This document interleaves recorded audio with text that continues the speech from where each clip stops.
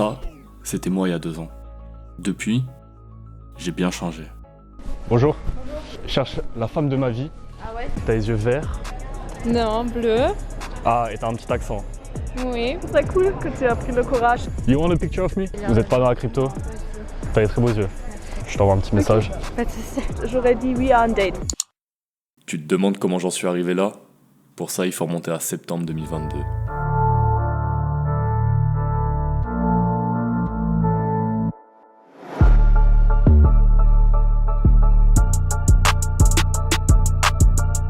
Je vis à Atlanta avec mon ex-copine, j'ai pas de potes, pas de soirée, je suis plutôt timide et introverti, mais j'ai vite compris que la communication était un élément essentiel pour faire des rencontres et vivre des expériences exceptionnelles. Du coup, j'ai décidé de surmonter mes peurs sociales et de faire le grand pas. Je rentre dans une fraternité et là, plein de potes, des soirées tous les jours et des filles, beaucoup de filles. Seul problème, je suis en couple. Alors mars 2023, problème réglé. Je commence à tomber sur ces vidéos. Je trouve pas qu'on irait hyper bien ensemble tous les deux. Est-ce que le terme orgasme astral te parle? Je suis très entreprenant. T'aimes bien les mecs dominants ou pas? Du coup, j'ai voulu tester. Je sors de chez moi, j'aborde 2 filles en couple, j'obtiens un numéro. Et là, révélation. C'est ça le cheat code de la vie. On me propose un moyen de surmonter ses peurs sociales et de progresser dans la vie tout en s'amusant.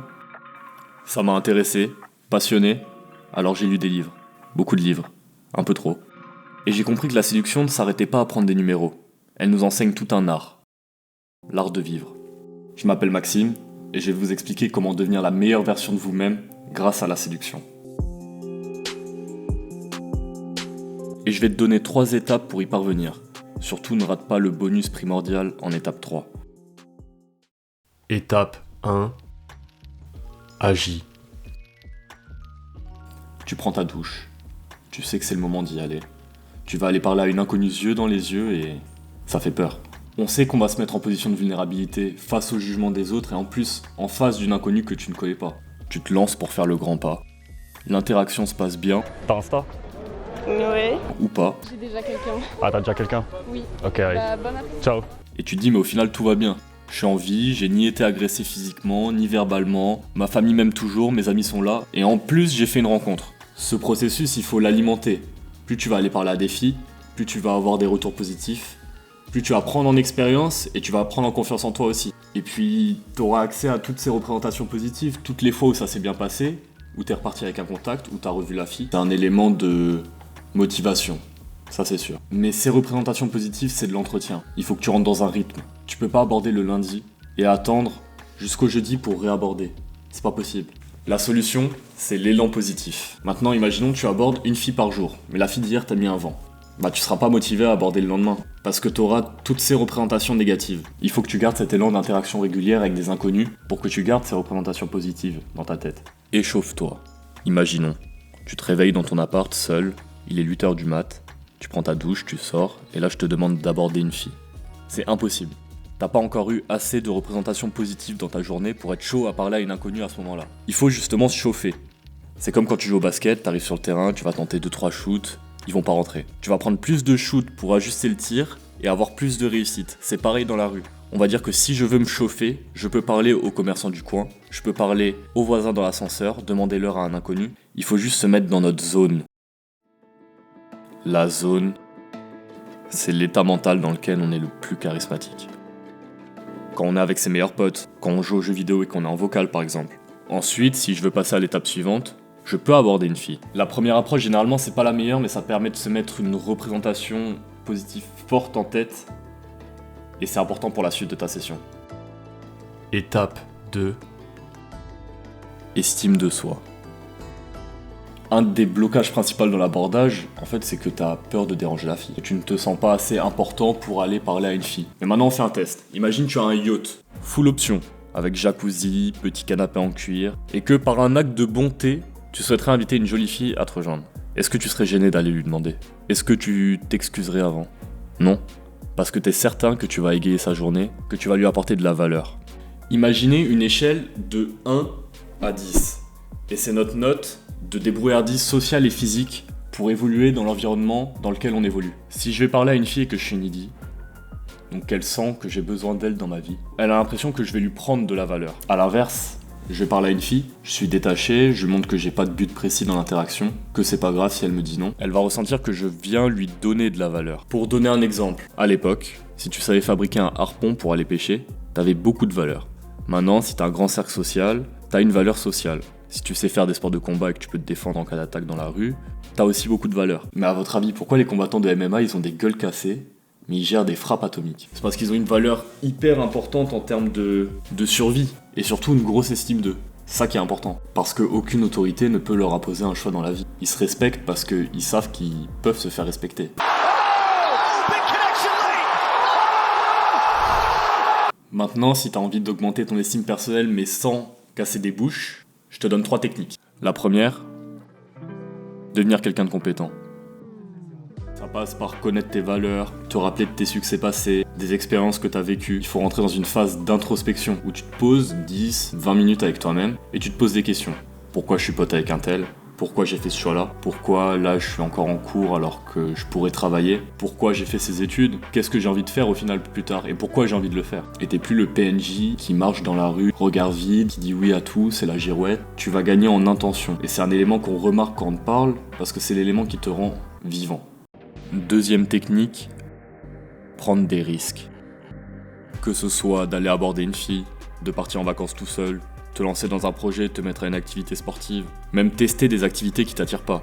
Tout ça, c'est prendre des risques. T'apprends à faire des choses que t'as pas envie de faire, qui font peur, tu sors de ta zone de confort. Le principal, c'est de faire ce que tu dis. Tu dis tu vas à la danse, ce soir à 18h, t'y vas. Ok, je vais aborder cette fille maintenant, vas-y. À chaque fois que tu renonces, de toute façon, tu te trahis toi-même. Et tu baisses en estime personnelle. Et tu vas le sentir, ça fait mal. Ça fait mal. Et au début, on le cache un peu, on s'invente des excuses. Ouais, t'es pas très belle. Ouais, un peu vieille. Mais quand justement on fait ce travail d'introspection en étape 2, on sait qu'on perd juste nos couilles. Et à chaque fois qu'on renonce, c'est une petite défaite. Et t'accumules en fait les petites défaites. C'est sûr qu'à un moment ça joue sur ton mood au quotidien. Ceux qui sont déprimés parce qu'ils vont pas à la salle, ça existe. C'est qu'en fait ils ont accumulé trop de petites défaites. De fois où ils se sont dit je vais à la salle ce soir. Non en fait j'y vais à partir de la semaine pro. Donc prends des risques. Et quand tu prends une décision, tu comptes jusqu'à 3 et tu te lances. La dernière technique est la plus simple. Suppose que t'apportes de la valeur. À chaque fois que tu vas aborder une fille, repense au yacht. Imagine que tu viens lui demander de te rejoindre. Et là, tu vas remarquer un gros changement dans ton attitude. Tu vas sentir que les gens, ils te perçoivent complètement différemment. Et c'est assez impressionnant de se retrouver face à quelqu'un qui te donne de la valeur en permanence sans jamais t'en prendre. Suppose que la fille va t'apprécier. Il faut limite que t'aies ce côté un peu vulnérable d'enfant qui s'imagine rien de négatif. Ça va donner l'impression à la fille que t'as l'habitude d'être bien reçu, d'être écouté et de plaire aux autres. Et ça, c'est une grande preuve sociale. Et si t'as encore peur de déranger la fille, n'oublie pas qu'il vaut mieux s'excuser que de demander la permission. Étape 3. Surmonter ses peurs. Il va falloir que tu t'habitues à une phrase. J'ai déjà quelqu'un. Ou à une autre. Mais je crois que je suis beaucoup trop vieille pour toi. Qu'elle te rejette pas toi, elle te connaît pas. Au final, tu fais seulement un passage de 30 secondes dans sa vie peut-être. Dans ce cas-là, l'interaction elle a duré 15 secondes. Dans celle-là, 30 secondes. Alors au final, qu'est-ce qui nous fait peur ? Et surtout, est-ce qu'on a encore peur après l'avoir fait ? On me demande souvent si je stresse encore avant d'aller parler à une fille. Oui. Mais la différence avec avant, c'est que maintenant j'agis dans les 3 secondes. L'autre grosse différence aussi, c'est de se dire que si tu testes pas, t'auras jamais la réponse. Un jour, j'avais un doute. Je savais pas si on pouvait aborder une fille avec sa mère. Du coup, je l'ai fait. Bonjour, excusez-moi, petite question. Vous êtes la maman. Je viens me présenter. Et en fait... Je trouve votre fille très mignonne. Oui, c'est gentil, mais voilà. Si t'as peur de le faire, tu vis avec la pression. Si tu le fais pas, tu vis avec le regret. Et si tu le fais, t'es heureux. Et je suis sûr qu'il y a des choses que tu regrettes de ne pas avoir fait parce que t'avais peur. Même des choses récentes. Quand je suis rentré en école sup, je me suis dit ah oui, j'aurais dû parler à plus de filles quand j'étais au lycée quand même. Et après tu finis les études et tu te dis ah oui mince, j'aurais dû profiter de mes années jeunesse en école sup. Donc au final, tu te rends toujours compte trop tard que t'aurais dû profiter avant. Et que t'aurais dû tenter parce que un râteau que t'as pris il y a 2 ans ou il y a 2 mois, tu t'en souviens pas. Alors que par contre, t'aurais pu faire des belles rencontres. Donc la solution pour plus vivre dans le passé, c'est de se rendre compte maintenant que les rejets n'impactent pas ta vie. Par contre, l'inaction, oui. Et on peut revenir à l'introspection en étape 2 et se dire est-ce qu'il y a un rejet qui me marque encore aujourd'hui ? Non. Ok, j'ai loupé des opportunités dans le passé, mais j'ai compris qu'en fait on s'en fout du regard des autres, et maintenant je devrais plus avoir peur de saisir ma chance. Et là, je vais vous donner mon programme ultime pour vaincre ces peurs en 30 jours. Une approche par jour pendant 30 jours, tout simplement. Et tu reviens dans 30 jours pour me dire comment ta vie elle a changé, en seulement 5 minutes par jour. Comment tu te perçois dans les interactions, que ce soit avec des filles, des collègues, des amis, mais surtout comment tu te sens avec toi-même. C'est le plus important. Et pour t'aider, petit cadeau, j'ai créé le Love Tracker. Il est dispo gratuitement dans la description, tu vas pouvoir établir ton programme d'entraînement, poster les feedbacks sur tes approches, les points sur lesquels tu dois encore t'améliorer, mais aussi avoir accès à ton répertoire avec les filles que tu rencontres. Tu peux accéder à la vue calendrier pour avoir une vision globale des 30 jours de ce challenge. Et je t'ai mis un autre cadeau qui va t'aider à te lancer. Un petit cadeau, c'est dans la description. Au final, le rejet c'est pas si fou que ça. Et si ça te perturbe encore, rappelle-toi que...